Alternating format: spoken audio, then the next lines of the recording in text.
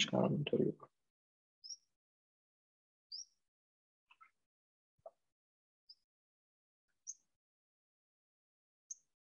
Mantra 6 gave the various indicative definitions of pointers to Brahman to meditate on the reality. We've already gone through inconceivable, achintyam, unmanifest, avyaktam, anantarupam, of infinite forms. Must learn to identify with the manifest in order to attune to the unmanifest. The manifested world is nothing but the expression or the creation of the unmanifest reality. So you must identify with the manifested world, see the unmanifest reality in the infinite forms that has emerged out of the self. Achintya rupam, avyaktam, anantarupam, shivam, auspicious, very, very auspicious, very divine, very pure cause, perfectly calm, a state where you are free from any selfish desires and the agitations which naturally arise out of them. As long as you are free from desires, you will achieve the state to keep your mind calm. But as long as your mind is with any expectations or desires, it brings about a certain anxiety. Now, we have seen the last session till here. Now continuing, he says is amrutam. You have to meditate on the self, which is amrutam. Amrutam means that which is immortal. Immortal suggests it is beyond the cycle of birth and death. It is the changeless. It is the changeless reality. Now the changes, the world and the individual go through the change. The world of nama rupa, things and beings, names and forms, they go through change. The individual also is subjected to change. So you can, when we say changeless, the self, you can only, it's a very, very subtle point and a very beautiful point you can draw from this. Any change can only be perceived from a changeless platform. If you are stating that everything is changing, there has to be a changeless platform from which you can observe the change.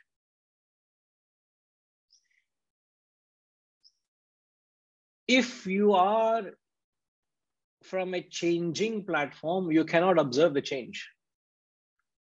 You must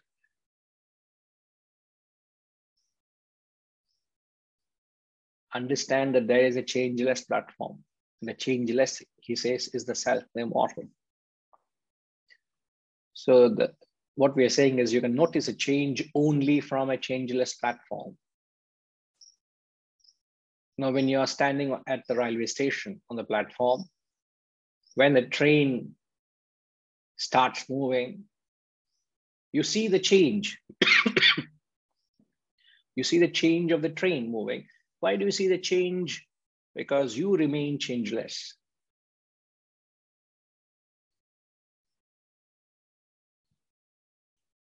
You remain stationary. But let's say it does happen at times. Let's say on the two adjacent platforms, the tracks, you have two trains parked. and two trains decide to leave at the same time in the same direction. So two trains have left the platform. And you are looking at the train, you don't notice change. Why is it you don't notice change?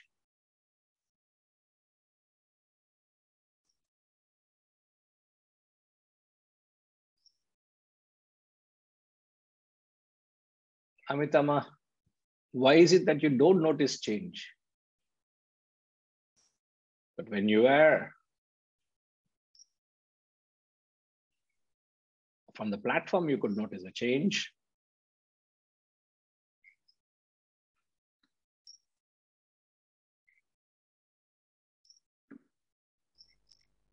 Hari Om Guru. I suppose it's because when you are in the change itself, you are not calm, you're not detached from the incident, from the event, is it?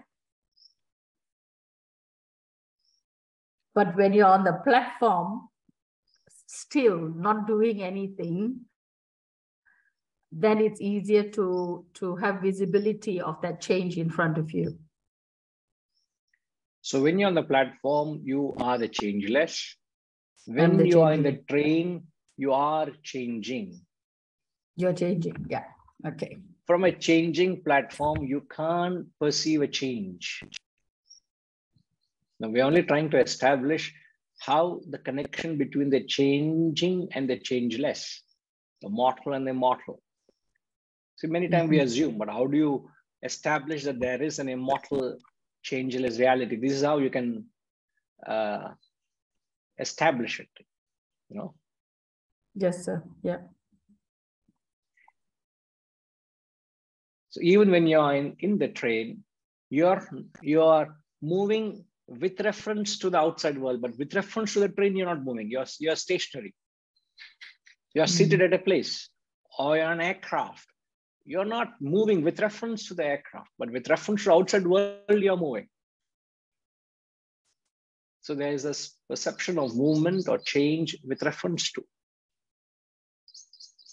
So any change, whether be it physical, emotional, intellectual, is all because it's perceived because there's something subtler and beyond that he says is immortal, is changeless.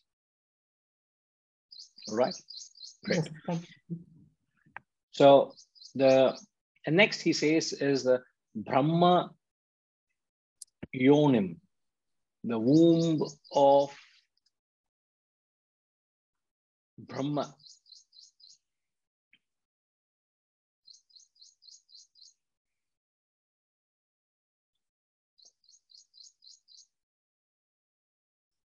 Brahma is different to Brahman. Brahma, as we understand, is said to be the creator of the world. Brahma is the creator of the world. Now, womb of Brahma. What does womb of Brahma mean?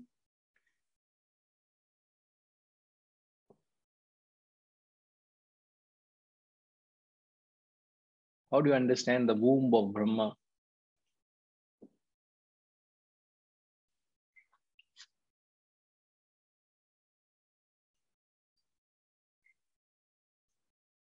It only suggests Brahman existed even before the creation.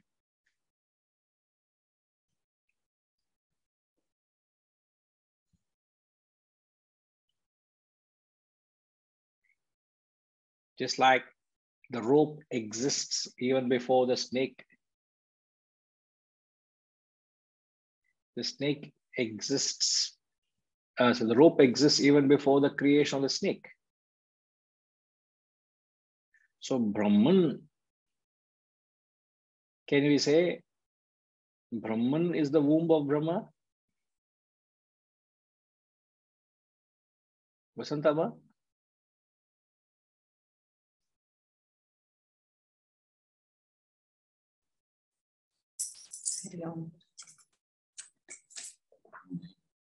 Yes, Guruji.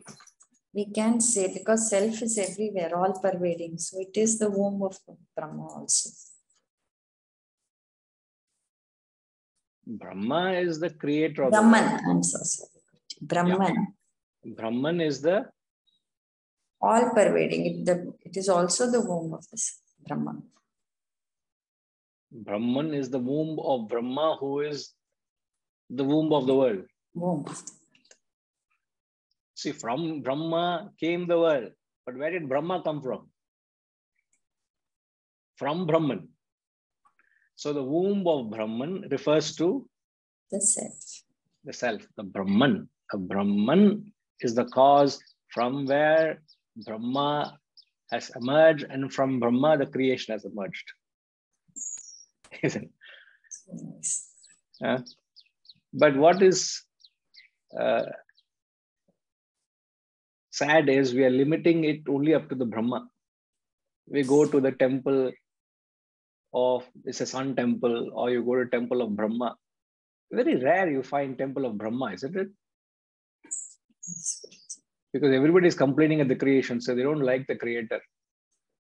What is the creation? The only thing is chaos and chaos and chaos everywhere. You know? Chaos at the micro level, at the macro level, there's chaos. So I don't want to worship the creator. So,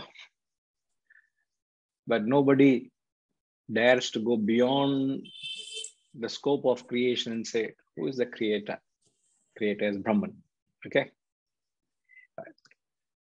And then he says, Adi Madhyanta Vihinam, without a beginning, middle, and an end.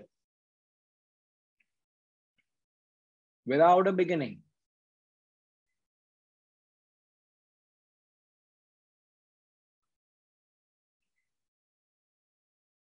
Without a middle, without an end. So the moment we talk of a beginning or an end, it refers to time. And the world is measured, one of the measuring tools to measure the world is time. So when you say time began at a particular time,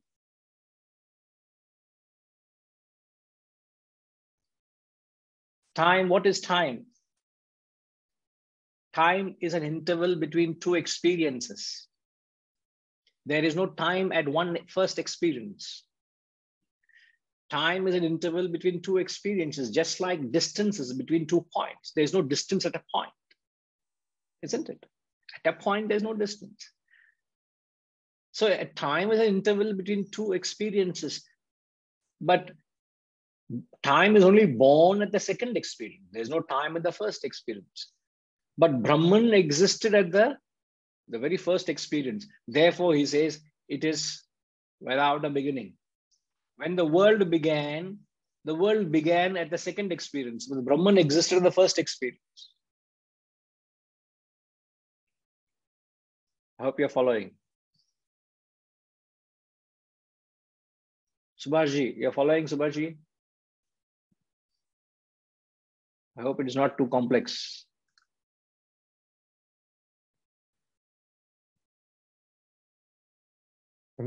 Yeah, I am following it because time is the interval between two experiences. And as we have already said that Brahma exists before as a Brahman. So that is the Brahma which exists before Brahman is the first experience. Brahman existed before Brahma. Yeah, that is the first experience. That's the first experience, correct. So Brahman, so therefore Brahman has no beginning nor an end, isn't it? So it did not begin. Since it did not begin, it is not going to end. Yeah, definitely. That's what he says. So without a beginning, middle, or end.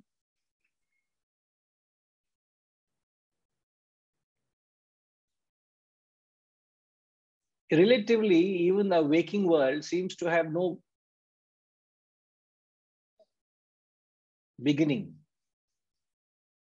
Relatively, when you go back, when do you think did the world begin? You can say my world began 60 years ago, 70 years ago. You may say so. But when did the world begin? No. idea. You can't put a time, can we? Yeah. Can you say when is the world going to come to an end? That we may guess. The way things are going, it might come to an end very soon. Hmm? No, I don't think so. You don't think so? Yeah, because self is all pervading, so it will remain in other form or some. The self doesn't need the world to sustain. In fact, the world needs the self to sustain. Just like the dream needs the waker's mind to sustain. The waker's mind doesn't need the dream to sustain, isn't it? Huh? However, your thinking is apt, Subhashi, that Brahman existed in the first experience, therefore it is beyond time, nor does it have a beginning, middle, or end. Ekam. Ekam means one. Many a time they don't say ekam, they say advayam. They say not two. The reason they say not two is because by saying one, you're being very specific, you're being very clear in its description. And when you are very clear in your description, as we understood the last week, that intellect cannot define it clearly. So there has to be an X amount of haziness. I always wonder, when they say, this man is the richest man on earth. And when they say he is the richest man on earth, they are evaluating his wealth, isn't it? Now, how are they able to evaluate all his wealth? You may say his wealth is $60 billion. But it is, you can't put a cap and say, this is his actual wealth, isn't it? It's beyond a point, it's hazy, it is in gray, isn't it? You can't put to the, it's not like a bank balance. Your bank balance will show even your cents and dollars. It's to the last decimal it will show you. Similarly, the self cannot be intellectually captured. So this is one of the rare places where he says ekam. Now, how do you understand ekam? Ekam is that state where you merge with that one homogeneous mass of reality. So one refers to that homogeneous self, which is the mass of consciousness. The opposite of homogeneous is heterogeneous. So from heterogeneity, you come into that experience where you experience the homogeneous mass of reality.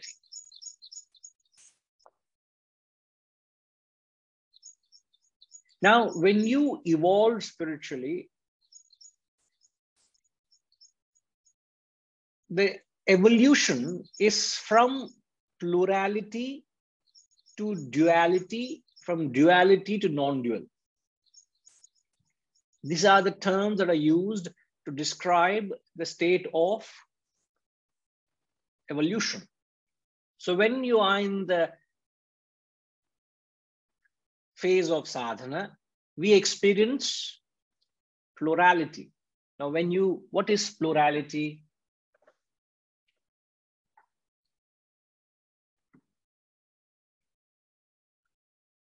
US?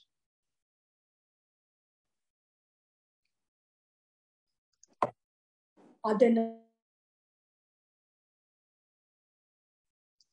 There is no otherness. No. I'm saying when you experience plurality, what do you mean experience plurality?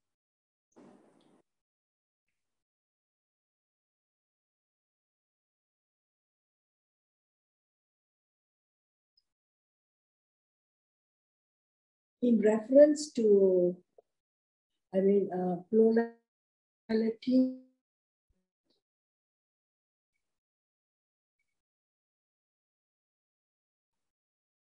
As We just lost you. Can you please repeat?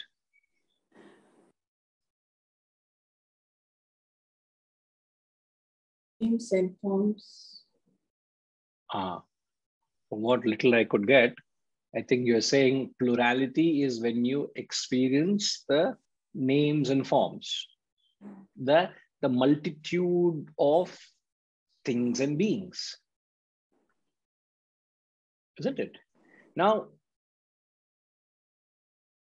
further to that, as you evolve, and it's a long journey, from plurality comes a point where there's duality. And what is duality?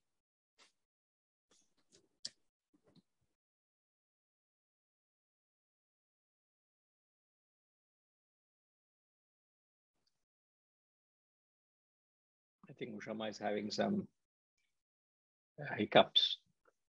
We'll ask her sister, UK.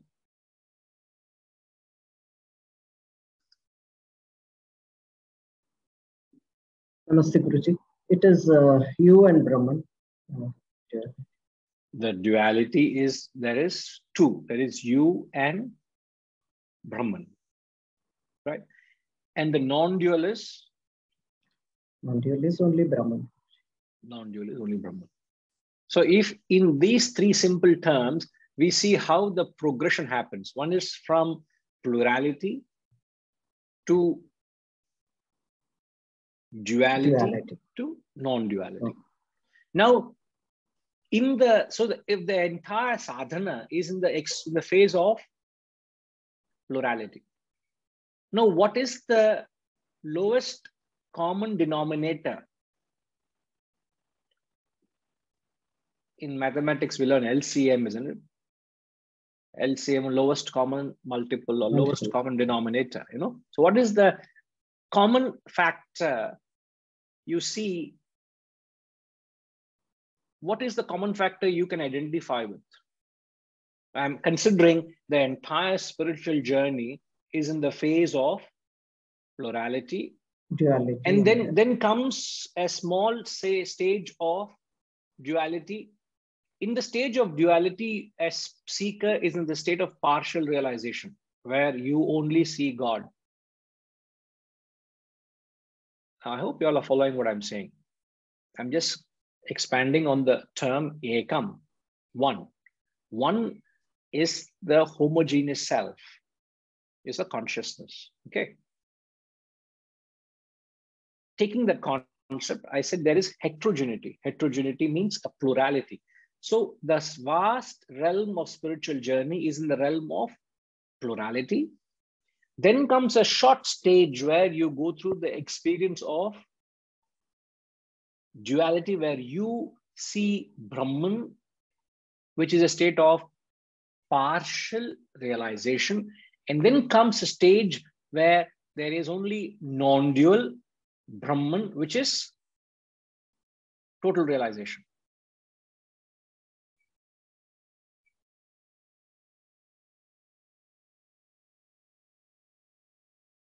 Savikalpa Samadhi and Nirvikalpa Samadhi. So these are stages. Now, as a spiritual seeker, we understand I am not there at that stage where I am able to see Brahman around me. In a worm that is crawling, you must see God. The bird that's flying, you see God. The plants, in the best or the worst of people, you only see Brahman. But you see Brahman everywhere. That is the state of duality. Let's confess, none of us are there. Perhaps some of us are very far from there. So the entire realm of spiritual journey, sadhana, is in the realm of plurality. My question to you, Ushama, is what is the lowest common multiple you can identify with? Now be realistic when you say so. It is only me, Guruji.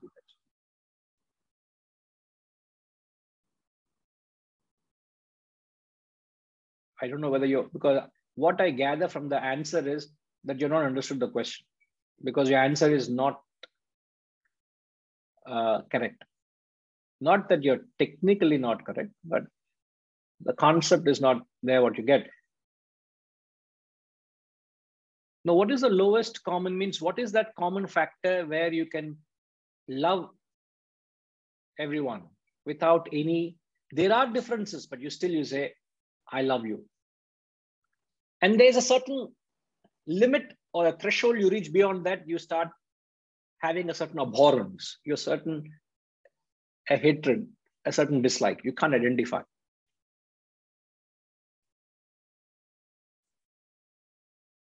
Are you thinking along with me? Yes, I'm able to understand, Guruji, but I'm not able to express the answer properly. Okay. Fair enough. Think along, ma. Think along. Aruna ma, what is the lowest common multiple? I won't want to be sounding personal, but just be very genuine to the answer. Don't intellectualize. It's an opportunity to be objective to yourself and say, this is what I'm able to identify with. Okay, ma? Yes, ma. Solongo. Please tell. I think it relates to how much you can identify with another person, the oneness that you can feel with another person. That will be the common factor, the love that you can feel with another person. So, like, I don't know, when you said intellectualize, I don't know whether this would be the answer, not to intellectualize, but like we say that the self is present in all. So that will be common in all.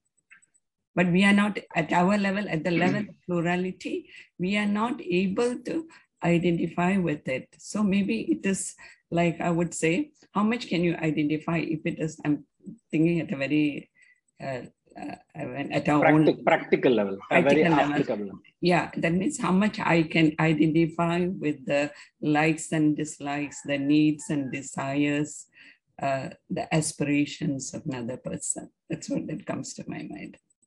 No, it's not how much you identify, it's what is it you identify with. Now, let me put an example. Let's say in front of you, I present a cow, a dog, an elephant, a Brahmin, a Muslim, a Christian, a terrorist caught, the latest crime he perpetrated, he's caught, and a greatest saint. All of these people, I repeat, a dog, an elephant, and a cow, a Brahmin, a Muslim, and a Christian, and a worst of terrorist, and the greatest of saint. 8 beings are paraded in front of you. Now my question is, what is the LCM that you can identify with?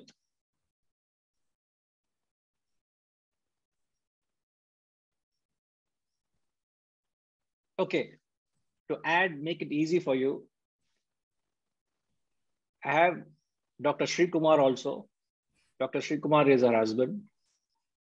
And then your grandchild also amongst them. What is it that you can identify? Obviously, you can't see Brahman in all of them. Can you see Brahman in all of them? No. If you are able to see Brahman in all of them, that means you already reached a state of realization. Yes. Am I right? Yeah. Now, my question is, what is it that you identify with? I think it is what we have in common, like you put my husband. So to me, I would identify the goals that we have together. That's what I would identify. No, you're not. It's not answering what I'm looking at. Yeah, I think I can get it, Guruji. Okay, now what is the plurality you see? Can you describe the plurality in this 10 that is a plurality in front of you? Yeah, I mean, all the things, everything, the various forms, beings, everything. Please describe these 10. Please describe. What is this 10 that you see? A cow, an elephant, a dog, a terrorist, a saint, a Brahmin, a Christian, a Muslim, your husband, and your grandson. 10 people, 10 beings are there. What do you see them as? Okay, like some I see as animals, some I see as human beings. Okay, some I see as adults, some I see as a child. So they are differing there. Go on. Yes. What are the further to some filter? What are the filters you put to create a further division? Okay, like if you tell me a dog and a cow, so I look at them as how useful are they to me, how much I can relate to them. If it is like a wild animal, then there's nothing that I can relate to them. A terrorist, I've got nothing in common. I don't like his actions. So, okay, so I cannot identify at the mind, body, and intellect level with such a person. Whereas with a person that I like, I can identify at the thought level. I can identify at the physical needs and so on. So with an animal, I may not see if it is a dog that sits in my home. I know how the behavior of the dog, how it thinks and behaves, so I can identify with their needs. But with a wild animal, I cannot do that. So there's you're going beyond the 10. I'm only given 10 to you. You're adding into the list. Okay, Guruji. Right. No, I get what you're saying. I can understand also the difficulty you're finding in expressing yourself. What I'm trying to get at is the various filters we create in our minds to separate them, to separate what could be one homogeneous mass of reality. What is that very substratum in a saint or a sinner or a Christian or a dog or an elephant? What is the common denominator? What is that which pulsates, gives life? Isn't it the consciousness, the Brahman? Yes, Guruji. I am not able to see the consciousness. Yeah. So I have not yet reached that state of duality. That's clear. Now, where am I? I can say, I can see the 7 of them as human beings. They are at the bottom line. You can say they are all human beings, isn't it? They are human beings vis-a-vis animals. Yeah. But I am not able to see them as human beings because you didn't say that. I'm not pinning it on here, ma. I'm saying our perception. I'm identifying them as someone. I can't relate to a terrorist. How am I interested in him? How is he going to benefit me? In fact, he is someone who's causing great damage or destruction to the society. So I don't identify with him, but a saint, certainly. Or you may say, I certainly may not identify based on religion.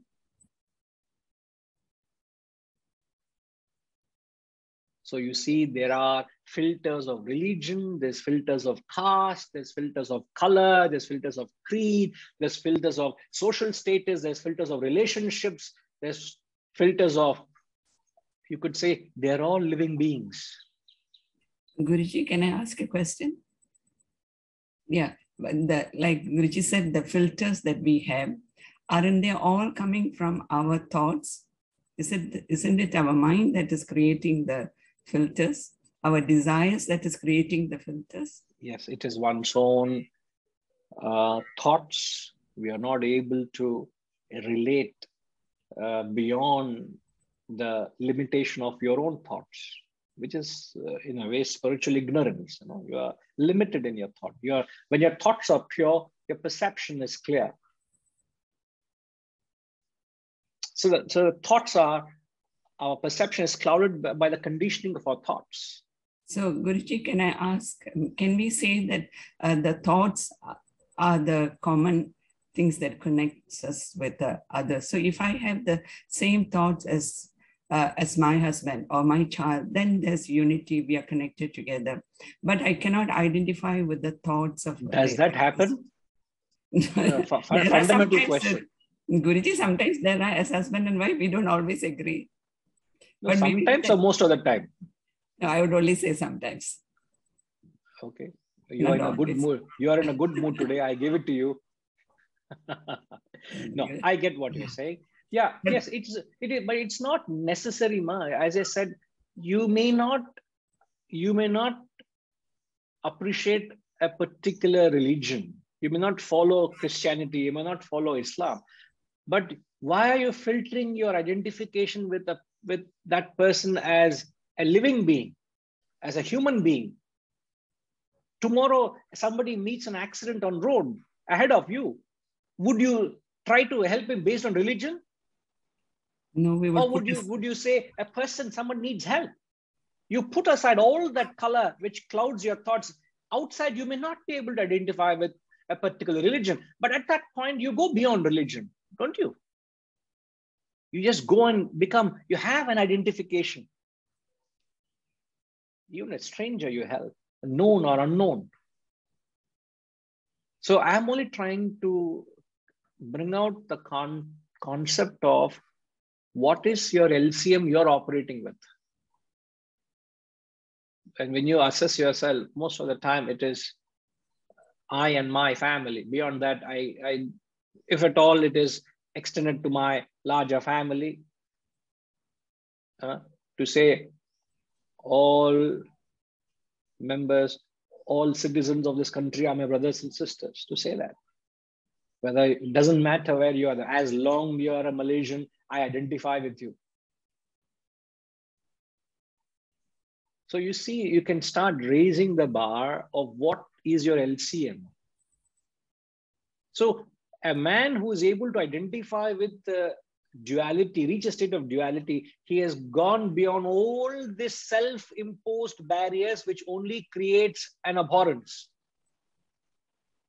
Wherever there is, you cross the threshold of identification, you claim to have more hatred to those beyond those whom don't fall in the boundary. Then you can claim to love those within.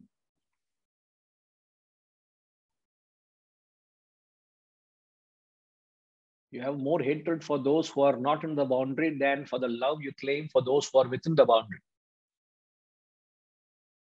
In the context, we are given an idea of a human being classified into 5 types. First is a mineral man, a vegetable man, a mineral man, vegetable, animal, human, and God. The 5 classifications. A mineral man's identification is only with himself. And as we evolve from a mineral to a vegetable, to an animal, to human, the degree of identification is increasing. So to be a human is a very high stage. So now we are inhuman human. We're not real human. We are not able to identify.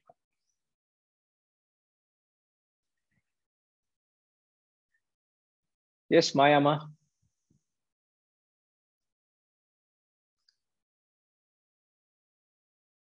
I had a question. Please. Was that when in the beginning, when you started talking about the progression of spirituality, you said there's first plurality, then for a short space of time, there's duality. So I just wanted to understand what you meant by that, the short space of duality. Short space of time, there is duality. Short space of time, why I clarified it specifically that way is the emphasis more lies on the realm where we spend in plurality. In fact, 99% of spiritual journey is in the realm of plurality.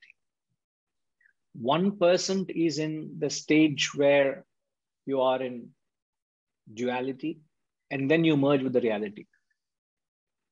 So to reach a state of duality, you have to put in 99% of your spiritual sadhana is in this realm. That's the reason I said the culminating phase of your spiritual journey is in that 1%, which is that short period where you are seeing God everywhere. which is a partial realization, you know. So that's a very high stage. It's like a few 20, 30 feet short of the summit of the Everest. But you have to go through a hell lot of scaling until you get to that 20 feet short of the Everest. That sense, it's a very short stage. Thank Right. you. Thank you. Yes. Yeah.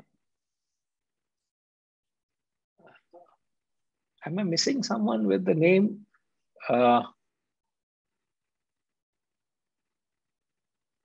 Rohit Sharma. Yes, sir.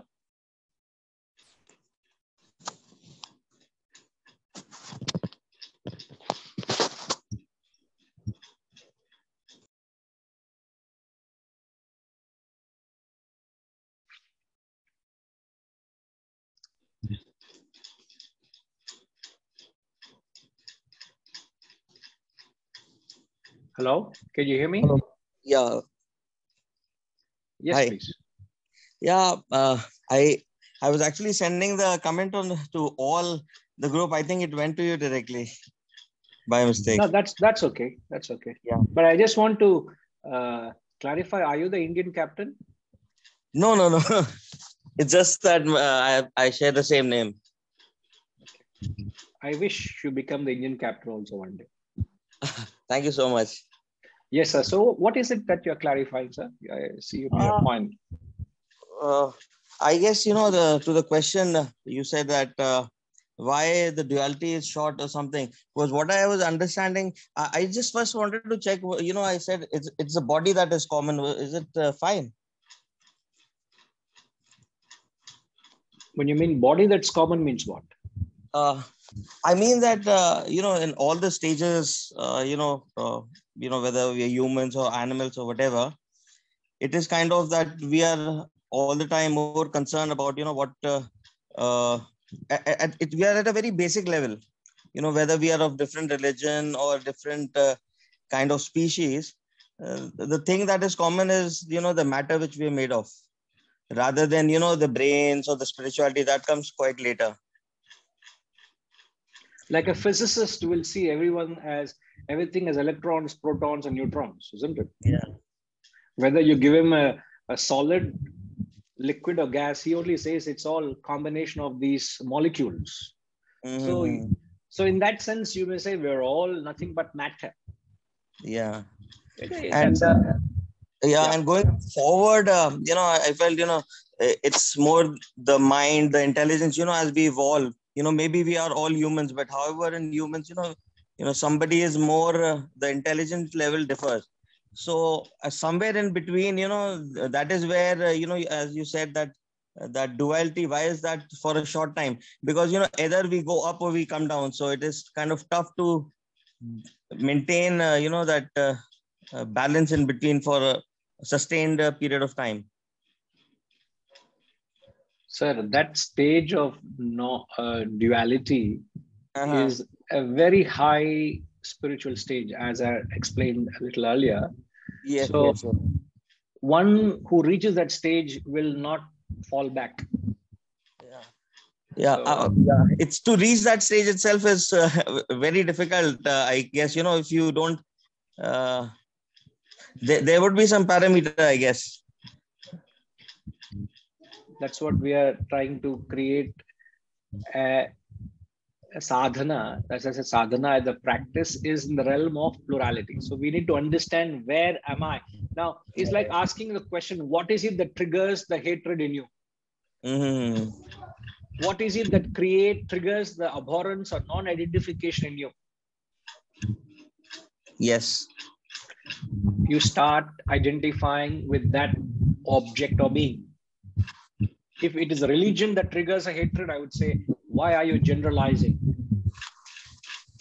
If it is a social status that triggers, I don't know what triggers a hatred in you towards another. So you need to work on those areas. Okay. Yeah. Thank you. Right. So, Amitama, is non-duality the same as singularity as non-dual, or ekam is singular is one and the same? It's the final state of culmination or realization. So the effort in the realm of plurality is to raise the common denominator.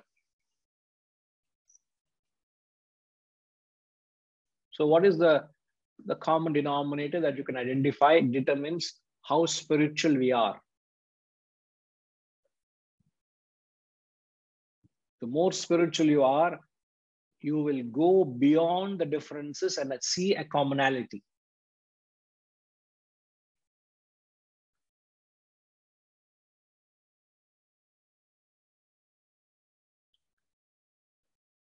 Vijayji.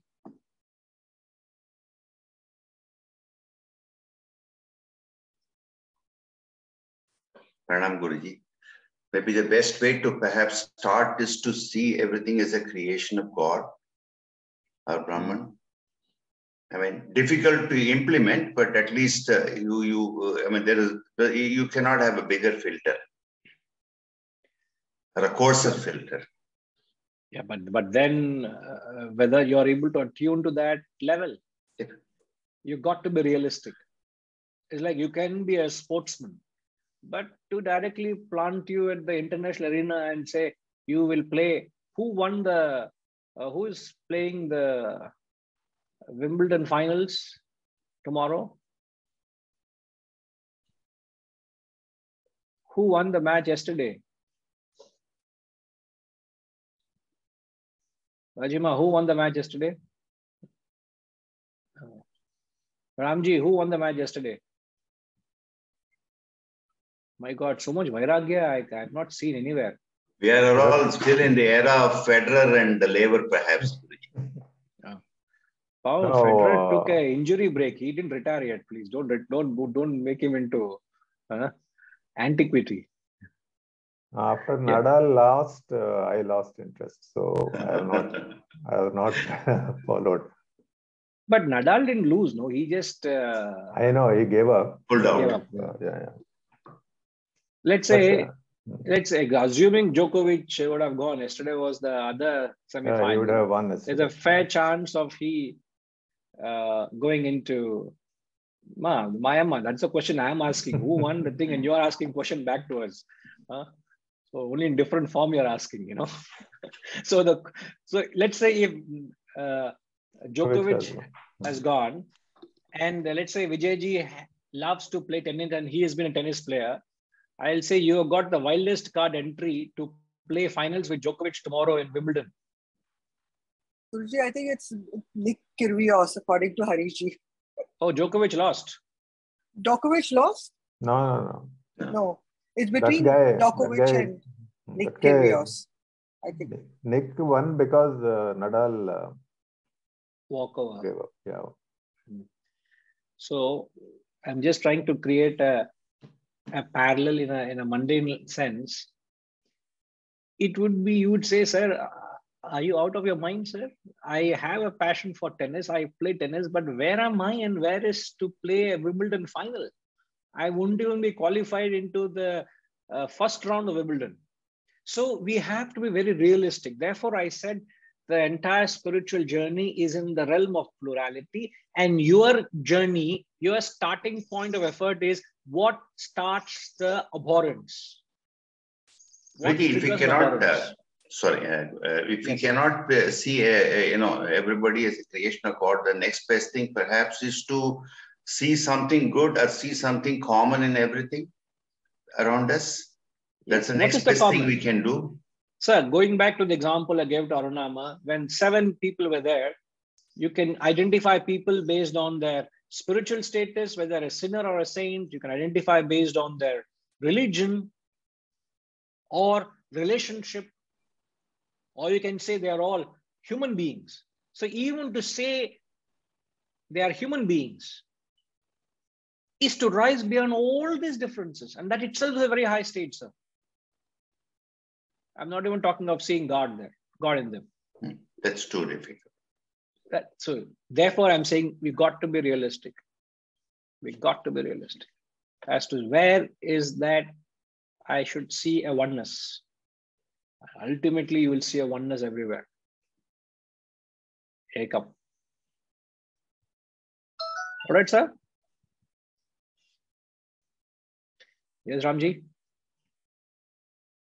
I have one question, Guruji. That is it when you look at so much of plurality, is it, and if you have to identify a common factor and then make the spiritual journey, is ego is something which plays a bigger role in the sense that it is also the ego which divides people. And so that spiritual journey is also about overcoming the ego. Will it give you, will it help you to identify everybody as one? You can very rightly say, as you have said, it is also the how pronounced or how liquidated is your ego. Yeah. So the less ego, it's the ego that creates an otherness with people, isn't it? Correct. Yeah. So the lesser the ego, the more you become an embodiment of love. That's what they say. You know, like a child has no ego. It's not the child loves you, but the child becomes an embodiment of love. So the moment you see a child, you want to go and pluck the child off a cheek of a child. You want to express your feelings to the child. The child is not necessarily loving you, but it becomes an embodiment of love. There's a difference between loving vis-a-vis being an embodiment. So when there is no ego, so as the ego gets liquidated, nullified, as you said, as you progress, it starts expressing in your identification. Yeah. It clearly expressed that way. Right. You can see that way. Perfect. Thank you. Right, sir. Right, sir. Yeah, Vijayji? I'm just relating to what Ramji was saying, that the moment you relate, I mean, remove the ego and you develop the capability to see commonality with another, let's say, fellow human being, you start relating to the person, and also your instinct, intrinsic adversarial approach goes away, melts away. You know, immediately now you have nothing. I mean, you have no negativity with respect to anybody else, or any competing thing comes down. So that removes a lot of, you know, reservations, or, you know, whatever walls we build around ourselves. Yes. Ego is nothing but the world doesn't accept. Yes. Accepts if someone doesn't behave or conduct the way you want.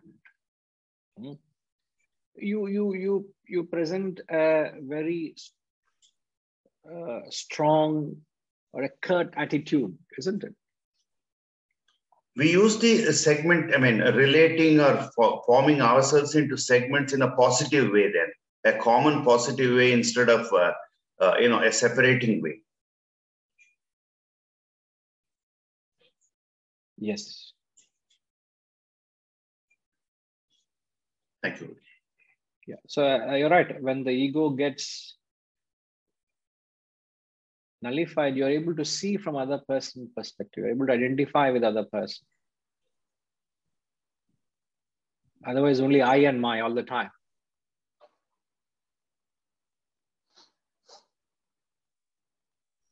Yes, Harish?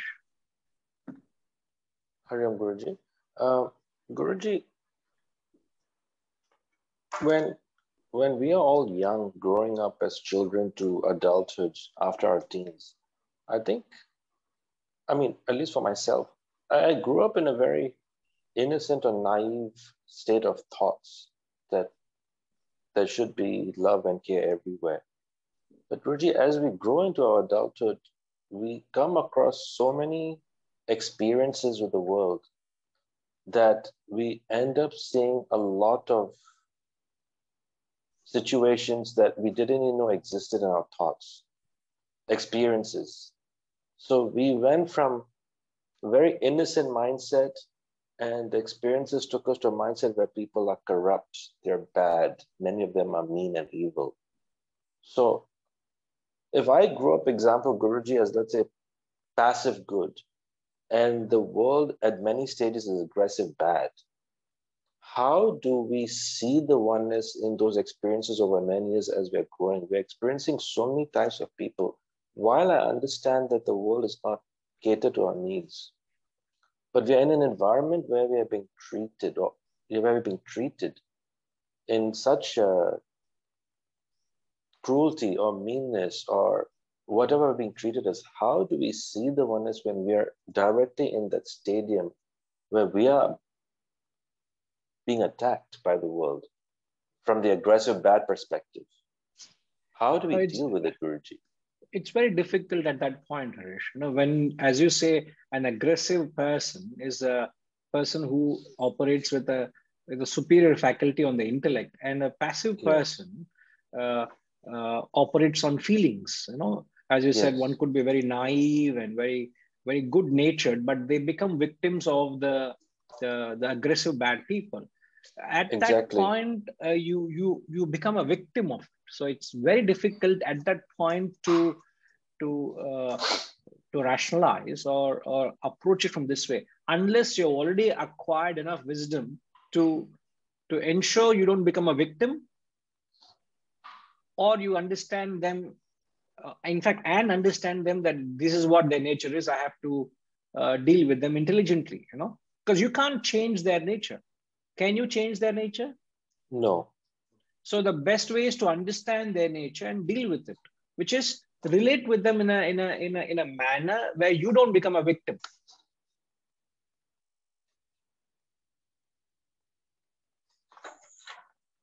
Are you there, Harish? Yes, Guruji. While I understand this, Guruji, so to shift from non-duality to duality with this kind of experience, Guruji, it's a very challenging task to break through those, to see the oneness in a situation like this, Guruji. It's difficult, very difficult.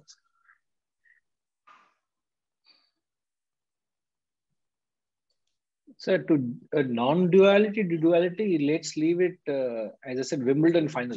You know? Yes. So it's a very far-fetched within a non-duality, exercise. yeah. Not even non-duality, within the plurality stage. Yes.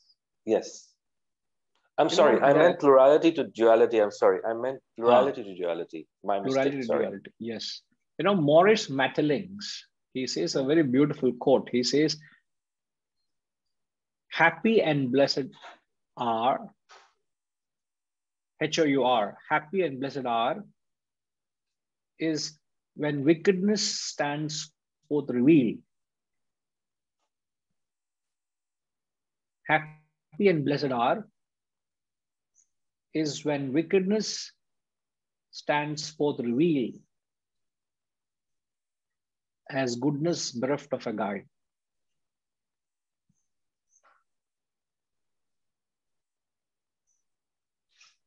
Kashish, can you repeat it for us if you got it?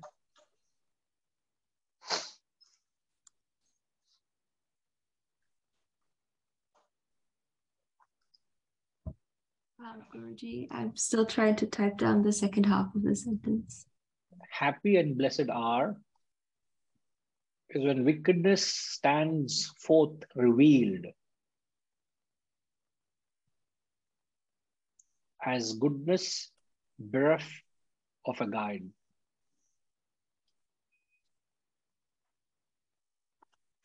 As goodness bereft of a guide? Yes. Understood.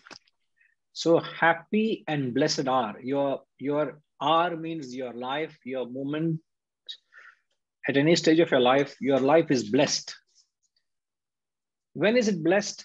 Wickedness stands forth revealed. Means when you see a wicked person, I'm trying to explain the practicality of how to apply this, Harish. When you see a wicked person, a crude person, what should be your thoughts? Is goodness bereft of a guide?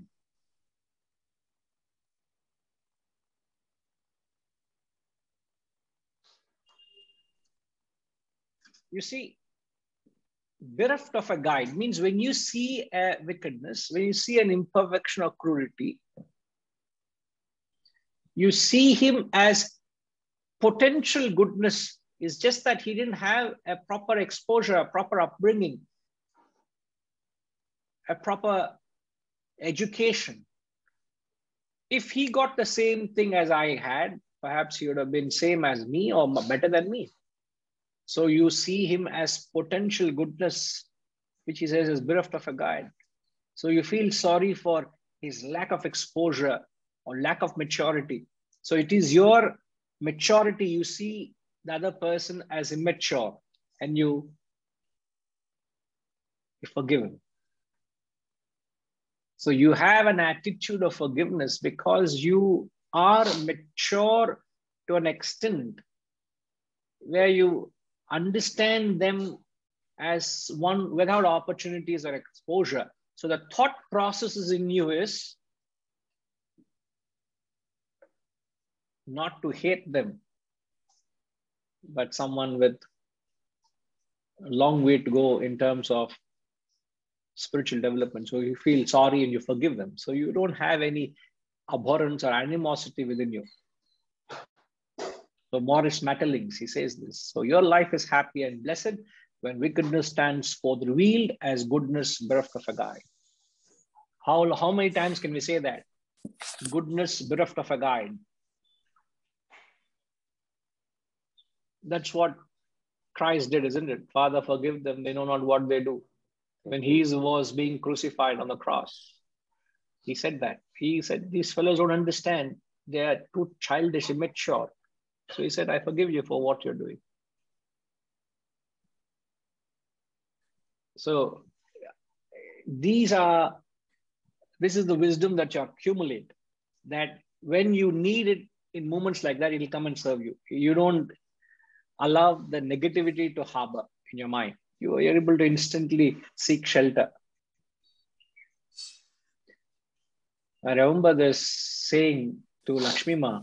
Other day also I was telling in the satsang to her that the best way to understand wisdom, what was the example I gave Lakshmi Ma?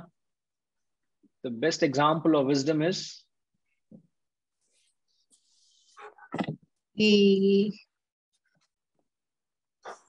airbag. Can you explain? The airbag.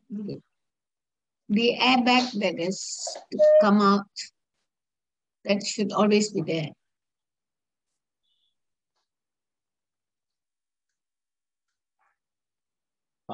So the airbags refers, in all this, you have this, in the cars, you have this ABS, am I right? ABS airbags, What is an airbag? It is always there and it protects you when you need it most. Not a minute later, not a minute before. When you need it most, it's there. And that's the wisdom.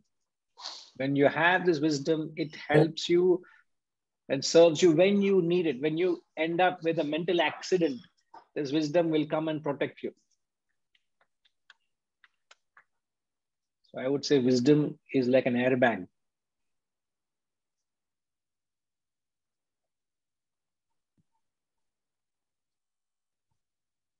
When you have it, you don't know it. Wisdom is never a burden. It's always there. It makes you feel comfortable. It's always a part of you. But when you need it, it comes and serves you. And life could be fatal if that wasn't there when you end up with an accident. So invest in airbags, Harish. Sorry, what I meant is, you got the message. Perfectly, Guruji. Perfectly. Thank you very much. Yes, Harish. Setuji.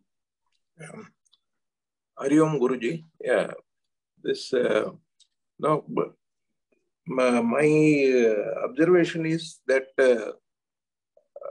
we are most of the times we are actually not victims. We are culprits. As our intellect improves and as we evolve, we see we are the source for all our unhappiness and all our bitter experiences. Ultimately, our ignorance is what is making us victim. And I also feel as we get more wisdom and ego subsides, we become love and compassion arises. Love and compassion is again a pointer indicator for our evolvement. Correct.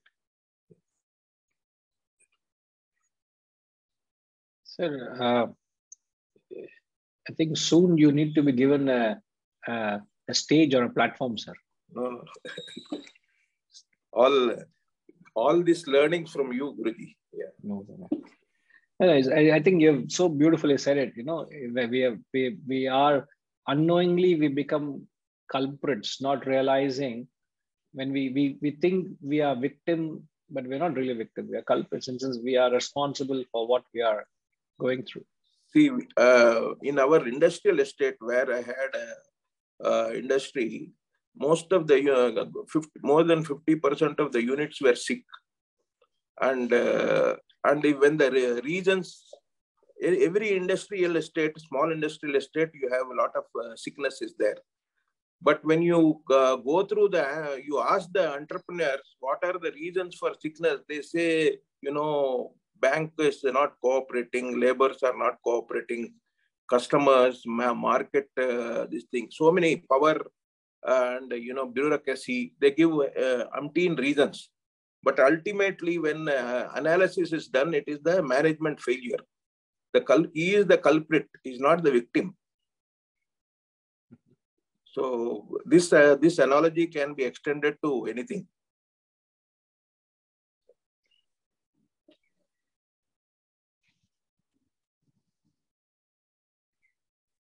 You don't know what this means? Yeah. I'll ask Kashish. Kashish, you know what this means? Hey, don't tell me no. What this means?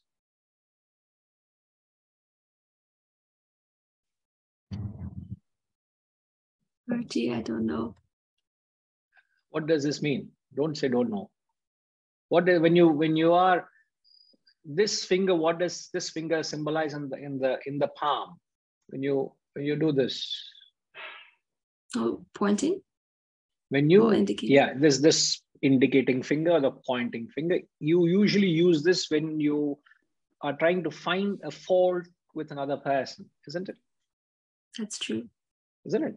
It seems to be very, very natural, I don't use my thumb and point my thumb at you, do I? I don't show my thumb, I point my pointing finger.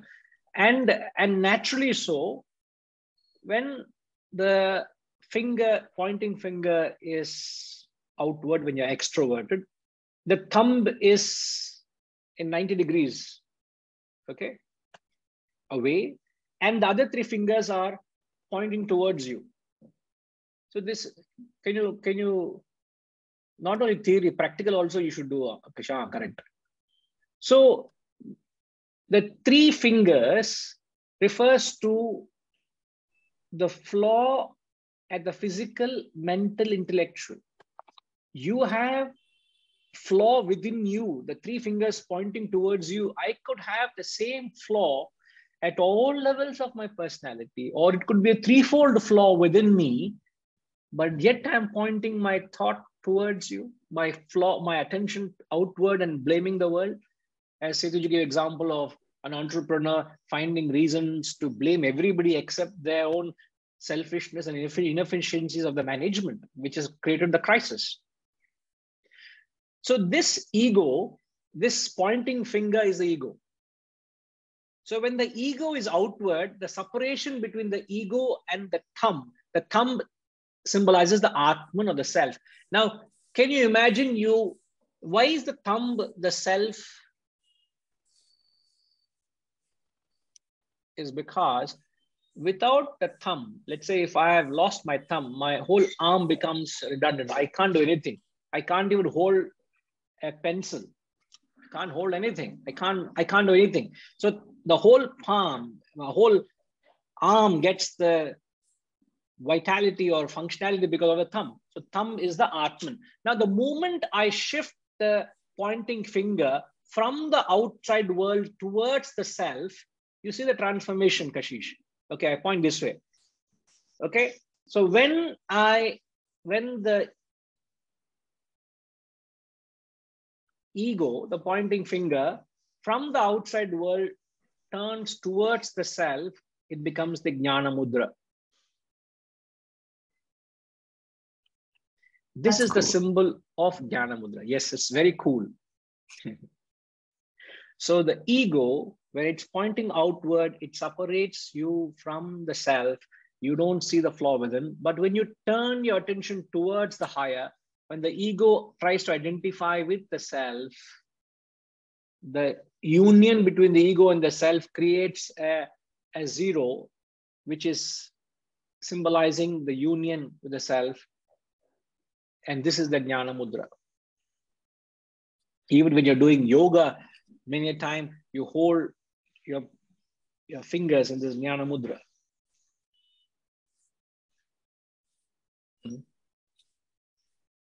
So you keep telling your friends, what did you learn today in the class?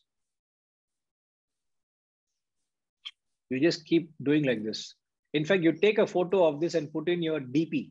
Then everyone will ask you, hey, what is this? What is this? Then you can give them a pep talk. Will okay, do. Kashish? Will do. Understood. Thank you, Guruji. Great. Most welcome. So Ekam, that was Ekam. I would love to go into the last two, which is Chidananda. In fact, the Chidananda, the standard description is Sat Chit Ananda. But here, the style of the scriptures is they take a part to mean the whole. So they don't necessarily express entirety. But Sat Chit Ananda, Sat is existence, Chit is knowledge, Ananda is bliss. So another way of describing where Brahman permeates. Brahman permeates as Sat Chit Ananda. Sat is existence, Chit is knowledge, knowledge of waking and dream states. Ananda is in the deep sleep state, where you revel in bliss. I'll come back and explain that. It is needs a little explanation. I'll not be able to do justice to it now. So I will leave it at this. Just a quick reminder. Hope you all can be a part of our celebration tomorrow. Those who are in the twin cities of Hyderabad and Secunderabad, please do come and join us for the Guru Purnima celebration. Is where we all join hands together to pay our respects to all the Gurus for all the wisdom that they have bestowed on us. It's an occasion where we celebrate. And those who cannot, please be a part of that occasion virtually. The event starts at 10:15 a.m. with a lovely music concert for an hour, followed by a talk. It's all in, the timings are in IST.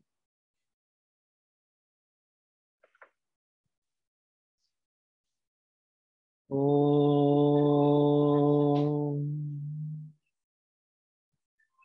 Purnamada Purnamidam Purnat Purnamudachyate Purnasya Purnamadaya Purnamevavashishyate. Om Shanti Shanti Shanti. Harihi Om. Shri Gurubhyo Namaha. Harihi Om.